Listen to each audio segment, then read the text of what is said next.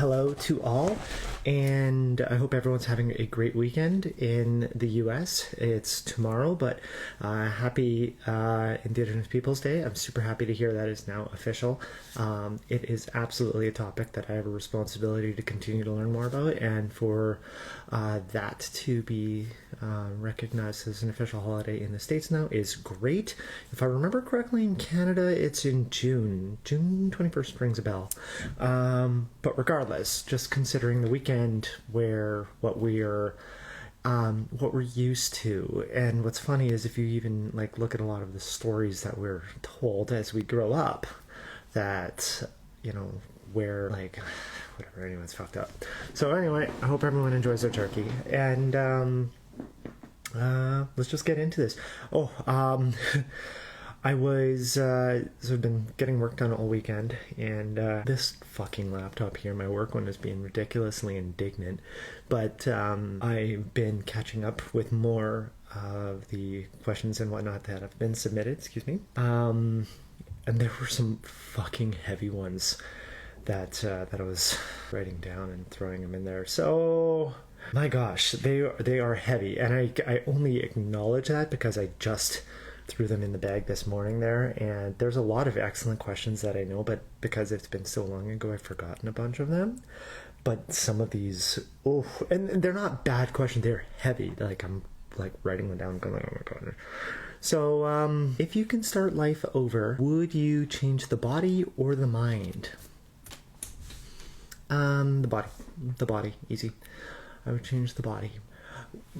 I'm going to interpret this as, well, what the doctor assigns you with based on your physical appearance, versus the coping over the course of time after being pushed into boxes that you don't feel you're aligned with.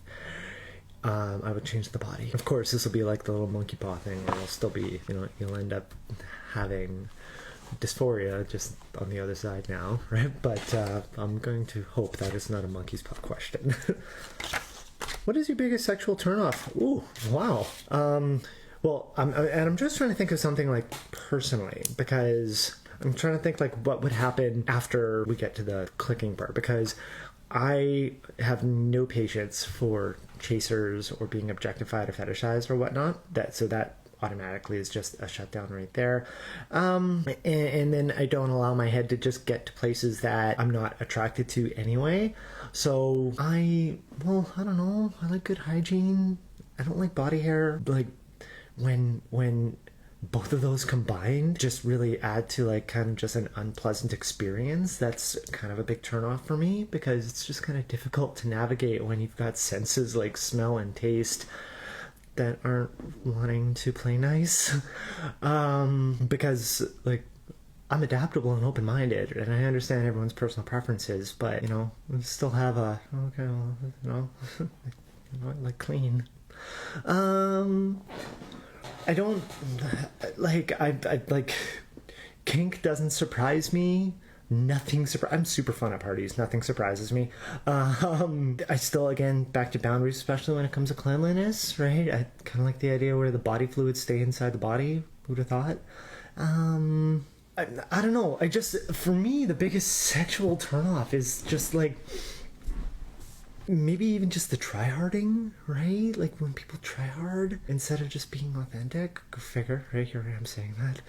Man, and it's here I go being super fun at parties, just not letting outside life show up in the bedroom. Just, I don't know, just those little nuances, right? Because for me, when it comes to sex, and here comes somebody who hasn't had sex in it must be 2 years by now. If not, I'm getting really close to 2 years, right? Because I know it's in October, and I know it's 2019, and it's getting damn close. But anyway, it's a moment of vulnerability to share time with your partner, and I don't feel it's the right time to be doing anything like judging or criticizing or whatever. Is just appreciating the openness and the vulnerability and the want to share experiences with your partner. So for me, it's just things that are aversions to that, things that are just boundaries get broken or whatever. Man, It's such a, like I said, I'm super fun at parties. I wish I could just say something like, sucks.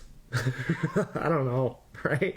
I wish I could just say something like that. I don't get aroused by things that I'm not interested in the first place to get turned off from them.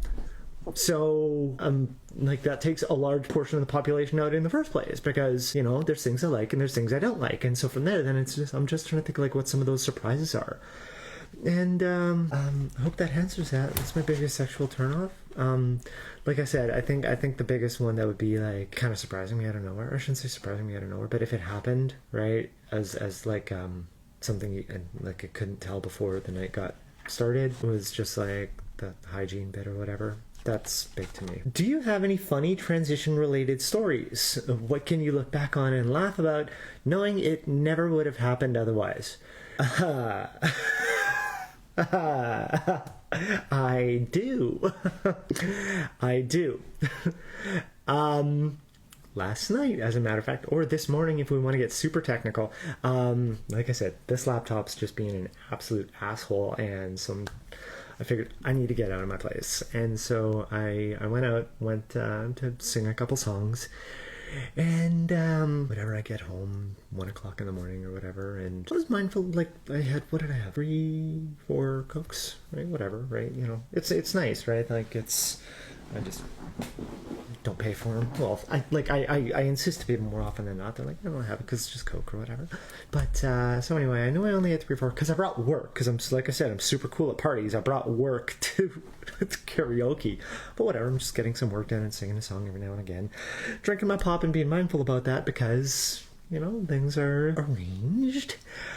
And, so whatever, I leave the place around midnight and grab a bus home and whatever, and everyone knows the pee-pee dance, right? Everyone knows the, okay, you're home, time to go pee dance. And that is, I've never experienced that as bad as I did last night, because not only do you run to the bathroom, you take your pants off or whatever, but I had a lot of tape to deal with. And I decided to start using a different type of tape. And like I've mentioned before, I use athletic tape. I started using a 3M surgical tape, which is a better tape overall. But anyway, that's aside from the point. Yeah, so pee-pee dance while tucked, while fucking tired in the first place, and just in my head, right? Well, just trying to get that done. When I finally sat on the toilet, I'm like, I can't fucking believe this happened.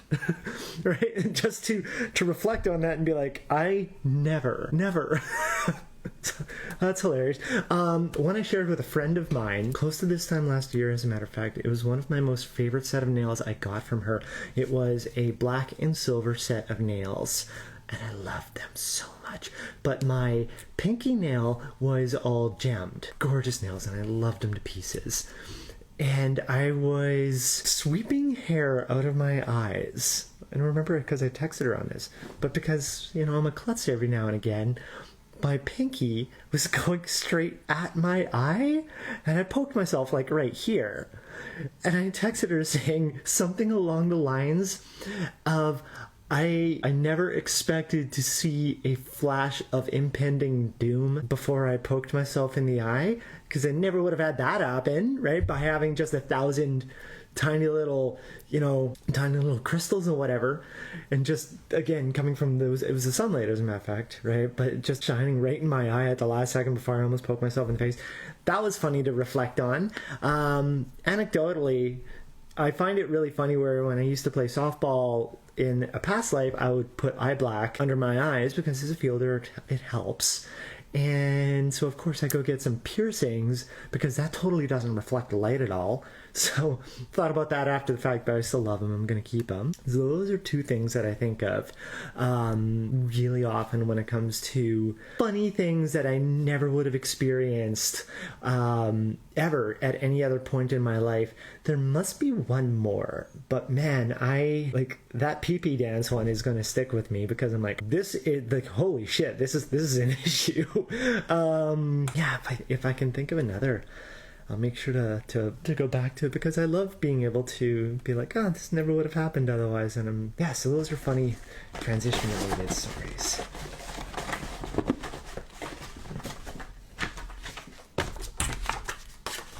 Do hormones make your nipples more sensitive? Not a huge fan of those types of questions because it sounds very one-dimensional. I'm sorry to who's asking, because hormones do a lot more than nipples, and it's also very subjective. I will answer that question with I don't know. I've never been into nipple play or anything like that. Straight up, I actually have very flat nipples compared to lots of women. I remember even a few years ago, before I started HRT, I pierced my nipples, and pierced myself, as a matter of fact. I took them out because it was just, they were boring to me. I just, like, because I'm like, oh, added sensitivity, may as well just see what that's like. Nothing came from it, right? So I took them out because they were just annoying. They were annoying and obnoxious, and they just got, like, there they were. And I've noticed that the entire area, for sure, gets sensitive once in a while. Just, whether it's mood or temperature or just, time of month or whatever it be. So that's for sure. But otherwise, in terms of a very localized, does this change that? For me personally, I haven't noticed anything. Like, I don't, like, if I'm wearing a bra, I don't feel rubbing up against it. I shouldn't say if, when. Like, I'm wearing a bra right now. I don't notice anything like that. So can they? The answer is yes, they can. But that's, again, your mileage may vary depending on the end user. Like I said, I haven't had sex in 2 years, and it's been even longer since the last time I was with a partner that was, being kissy and tonguey.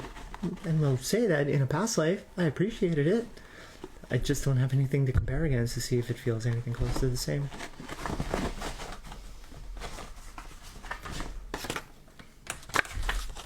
What was the best reaction you got after you came out, the worst, and the most surprising? One that comes straight to mind. Like, okay, so when it comes to questions like this, I'm pretty sure most people by now have noticed that I get to be really objective. I don't like a lot of open-ended types of things, because I like, what's best, right? It's a relative word. Like, what's your favorite movie? And even then, that's tough for me to answer, because what's my favorite movie when I'm happy, sad, want to share it with somebody, want to laugh, right? But the best reaction I got when I came out, one of the most memorable ones, was a buddy of mine. We haven't seen each other just for a small period of time, but he knew I came out, and so the first time that we met after that, dropped everything that he was doing and ran to me and gave me a huge hug, and I loved it. It meant a lot to me, and it reminds me how there's still fantastic people out there who see the big picture, and that meant so much to me. And so that's one of the best ones that I can think of, because a lot of other reactions were rather formal or supportive, not like bad, right? But they were status quo-ish, right? Like, it's great to see positive reactions. Nothing wrong with that. And it was nice to see some reactions from people important to me who I was really hoping they would be supportive, after they found out. But and actually another one when it comes to like reactions that made me smile. So I came out in stages, like when it came to like going socially full time, and because I told some important people to me previous anyway. I came out on my birthday. Story's been known, and I when it came out on my birthday, I shared it with my workplace and sports leagues that I'm part of, because those are my most important social elements. After I came out to work, I got very affirming feedback from my employers, right, which was fantastic. And my direct supervisor, him and I went out for lunch not terribly long after to just catch up, right, and help path a roadmap for the workplace, because it's new, of course, and they want to make sure that everything goes as well it can be, and so on and so on. And so we kind of made a roadmap with that, and of course then he would do like a workplace, hey everyone, by the way, here's what's happening and here's what we expect from it, and such and whatever. I knew that it was going to be a certain day in whatever week it was. And I'm at my athletic therapist's, I'm laying on the table, and I get a text from one of my coworkers saying something along the lines of like, oh my god, congratulations, or oh my gosh, I'm so happy for you, or whatever it was. And so I'm laying on the table, and I was saying to my AT, who knew, right? Who knew what was going on? And I'm like, oh, so I guess that email came out. So, and then after that, just getting a lot of positive just emails from coworkers was astounding. It was great. And the most negative thing that came out of the workplace was nothing. I'm not saying that's a good thing, right? But for the worst thing to happen is have nothing said. Is great, because it shows that people who aren't okay with it, should there be anybody, because I don't know, because I haven't heard anything bad, but if people aren't okay with it, they still have the mindfulness to, it's too bad. Guess what? It doesn't matter if you don't like it, because that's not a you problem, right? Or that is a you problem, I should say. So to not have any negative feedback is stellar. I've been thinking lately where, depending on how COVID and whatever goes, the Christmas party traditionally would be in about a month and a half. Oh, that'll be really exciting. We'll see what happens. The worst reaction I got after I came out, I'd say would be from my mother. So I came out, like I said, in stages, and then when it came to my parents, I had an interview with United Way in the beginning of August, and I felt it would be important to go ahead and share with them that I was having an interview with United Way, and the article, right, would be posted based on, you know, my life journey, right, of going through crisis, which ultimately led to me doing a lot of like personal assessment, which led me to, you know, come to terms with myself, and so on and so on and so on, and here I am. So I figured that it would be important, more than ever now, to share that, hey, this is happening, because just in case somebody from a third party, essentially, whether it's one of their coworkers or just by passing by, seeing a billboard with a picture of me on it, or a brochure or whatever it would be, based on how United Way would do any of their marketing, to share that, okay, well, I'm having this interview, here are the questions, and here are my answers.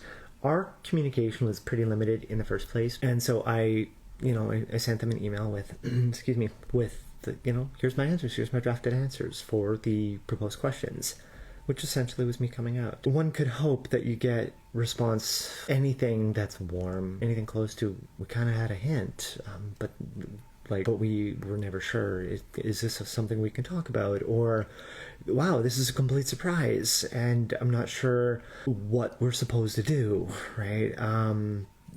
We want you to make sure that you're happy, but can we talk about this so that we can make sure that everything's done properly? Whatever. So instead, I get, call me, as text messages. No, thank you for sharing, I love you. No, doesn't matter. Call me. Authoritative, right? I'm sorry for disappointing. That was the worst reaction I got, and that, as a matter of fact, was the X factor for me changing my name. As soon as I was getting that type of feedback, and then particularly getting an email saying, call me, or I'm doing a wellness check on you, that's when I said, fuck it. Just for the record, right, it was late at night and I was sleeping. Or by late at night, I mean it was like 7 p.m.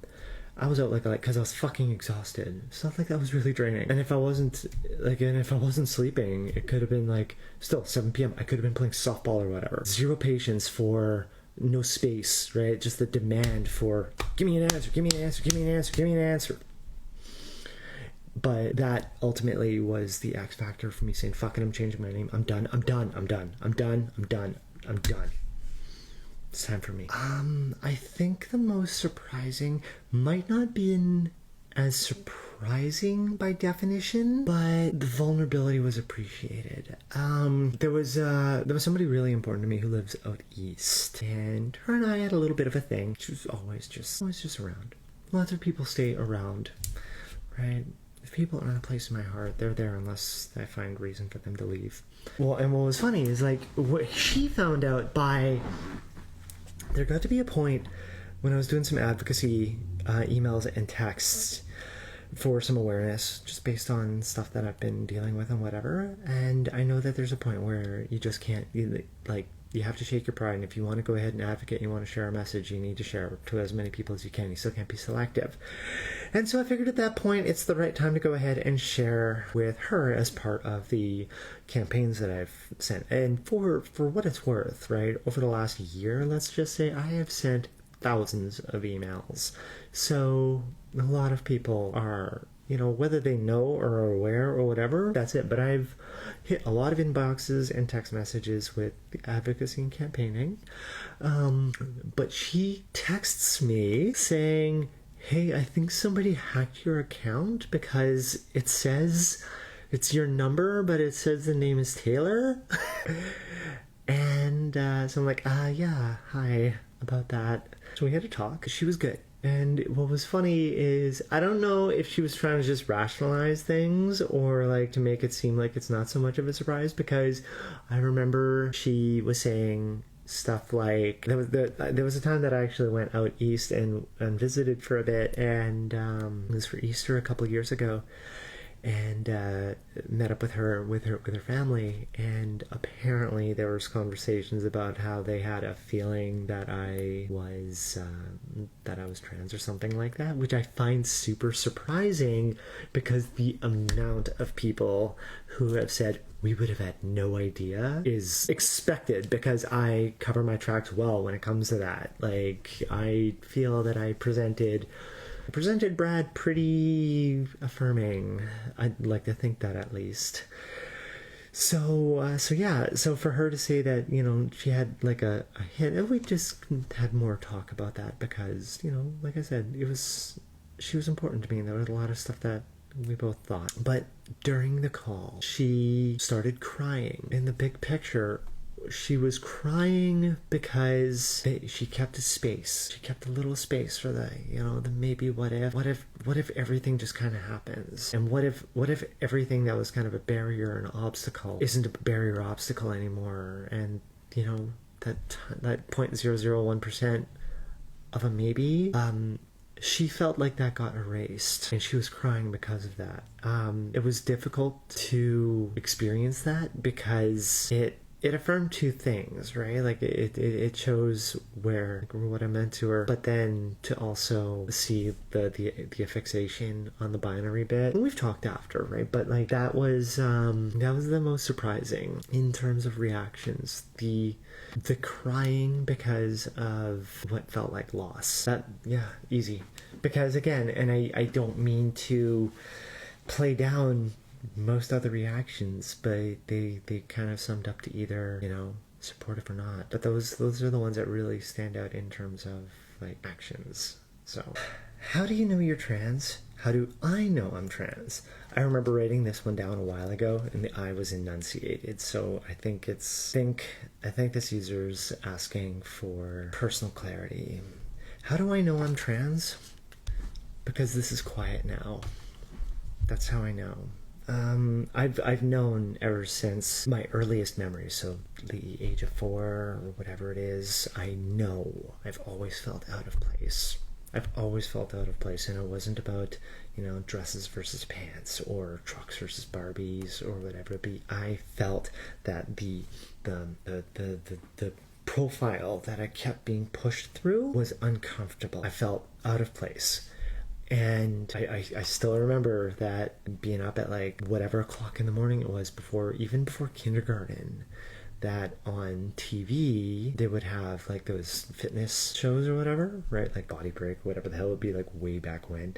And the fitness coach, oftentimes it would be a female-led class, and I just remember that resonated with me. That's that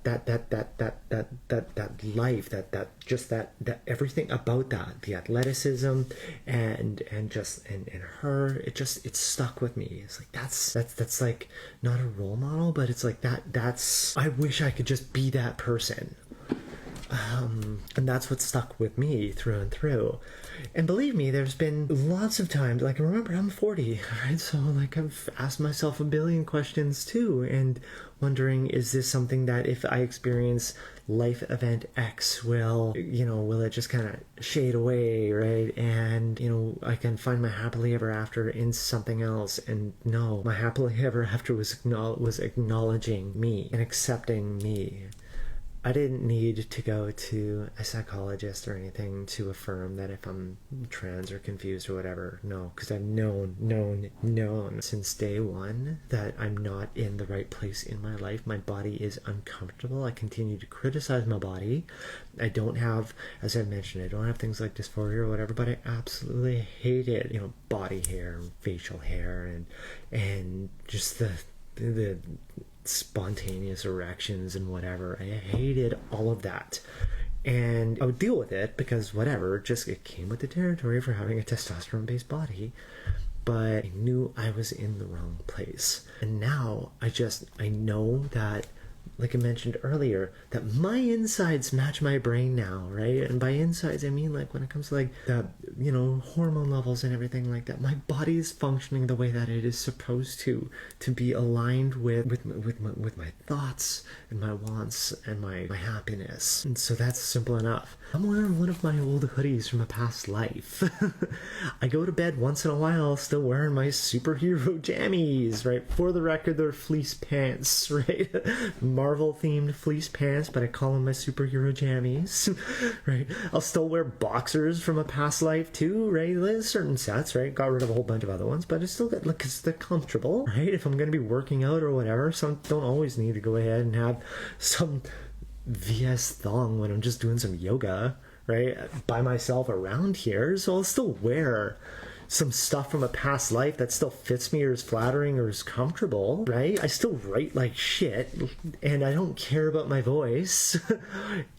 Right? Like there's so many little things that it's not like I completely erased my past life to start this brand new universe. I'm still the same person as a whole, but I'm finally me. That's how I know, because I'm happy. I've never smiled anywhere near as much. I have never smiled anywhere near as much as I have in the past year and change. I've never seen so much rosiness come from these cheeks. I've never seen my own teeth anywhere near as much as I do.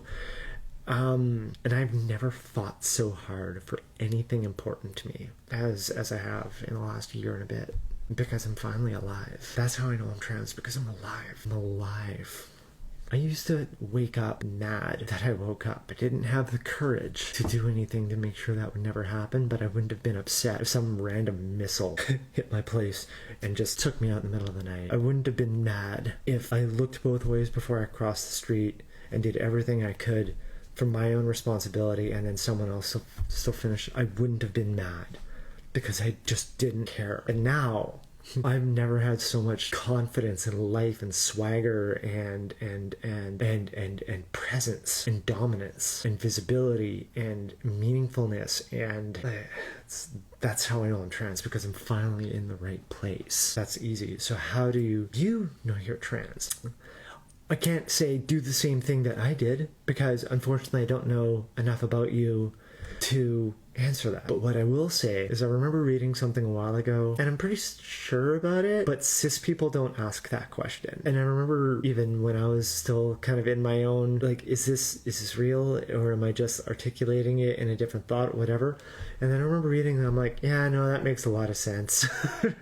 And then that totally just kind of put me on the path I need to be. But I was like, yeah, no, that's how it works. That makes sense. So to start there, because remember, when it comes to being trans, there's no right or wrong way to be trans. There's no starting point or finishing line, right? There's no right or wrong way to be trans. And so if you feel that your gender identity is not aligned with the social expectations that are being put upon you, you're trans. I don't not suggest reaching out to places in your community, right? So obviously, especially if there's trans healthcare in your area, talk it out, right? And talk to any professionals who may have some resources or the right questions to ask to just get you to explore yourself, because the most important thing is the assessment doesn't come from anybody else but you. It's the questions that are asked and how they speak with you and how you dwell on it to piece things together. Lots of people don't realize they're trans until later in life, and there's other people who know they're trans but are in denial for far too long, hoping that it's wrong. Hi, I'm one of them, right? That's honestly the best advice that I got. How do you know? Is you explore yourself and you allow yourself to be open-minded to the fact that it's quite possible, and you allow yourself to understand that it's possible to get some false positives. I'm not gonna lie, those are rare compared to the possibility, but the point is it exists. Explore yourself and take advantage of resources in your community. And if I can recommend, again, based on COVID, it's difficult to just overtly say this, but if it's safe and responsible, do the best to use services like physical in-person services, or at least like places that are in your area that you can make a phone call with or a Zoom call with or whatever, because you do best from receiving that support from people who are, let's just say, qualified, and especially in trans healthcare services, as opposed to random interneters, right? Funny that you're asking me, right? But the point is, right, where they know the questions and can provide the resources, but certainly marry that with other stuff you've seen or heard on like social forums and whatever too, because that certainly is a valuable place to get information and have questions answered. But just like everything else out there, do your due diligence to just make sure the information that you're reading and understanding is all, objective. Right, objective is the most important part, and in align with your own values, right, and your own understandings. So I think that's the best way I can kind of sum it up there. I'm gonna wrap up. That was fun. Gonna get back to work, and those were fun questions. Not gonna lie, that really heavy one that I was talking about didn't show up. Thank gosh. It'll give me a week just to kind of settle down from it, because I was thinking about it. I was thinking about all day. So, dear person with that question, you made me think about that all day. I'm sorry, just by the way. Cool. All right, let's wrap this up. And thanks for checking this out. And I will talk to you guys next week. Okay, bye.